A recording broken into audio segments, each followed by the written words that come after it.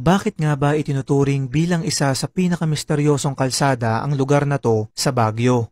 Tapos pag hindi mo hintuan, mamamatay yung makina mo. Biglang may lumapit nga sa akin yung babae.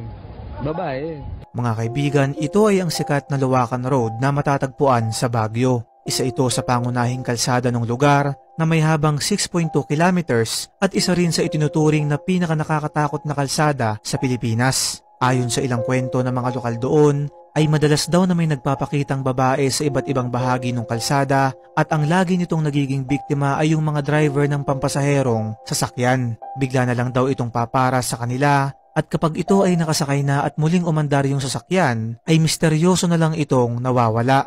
Hindi lang white lady ang nagpaparamdam dito, kundi pati raw engkanto na nakatira sa isang malaking puno sa gitnang bahagi ng kalsada na nagsimulang mambiktima ng mga motorista noong 2001 nung putulin at tanggalin ang kanyang tirahan. Na-feature na rin ito sa telebisyon, kagaya sa KMJS noong 2023 at Magandang Gabi Bayan noong 1991. Walang ebidensya patungkol sa mga bagay na to, pero marami pa rin ang nagsasabi at nakaranas na itong araw ay totoo. Ikaw kaibigan, may nakakatakot ka bang karanasan sa kalsadang ito?